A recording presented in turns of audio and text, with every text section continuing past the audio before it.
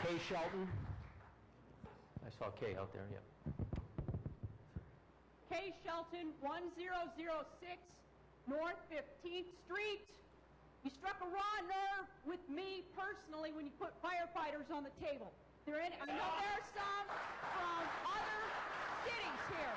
If there are any from the Ottawa area, on December 26, 2007, I came upon a horrific multi-vehicle car pileup and semi-truck pileup on I-39. 3 dead, 7 went to the hospital. Worst semi-truck fire I'd seen ever on TV. I saw a guy who was in the median. His hair had burned off, his shirt had burned off, and he was out of it because he was injured.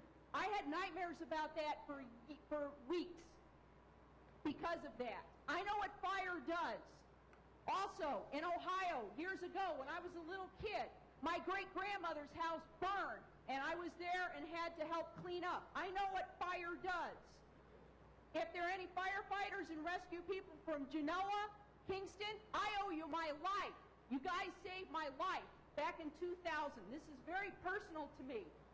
Economic development does begin with police and fire and snow removal. All of those services affect insurance rates, both for businesses, cars, and homeowners. All of that affects economic development. If businesses can't afford their insurance for their property, it affects their bottom line.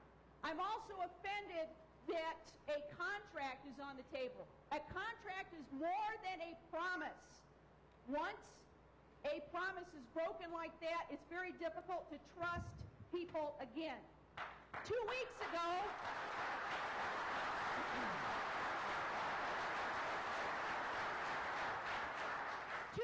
a lot of the social services people were here talking about the funding cuts there. Let me remind the council, this is how it's supposed to work. We, the voters, are supposed to tell you what we want, what we think is important. You are then supposed to take that back to the city manager and company and tell them what we want, not the other way around, that something is backwards here.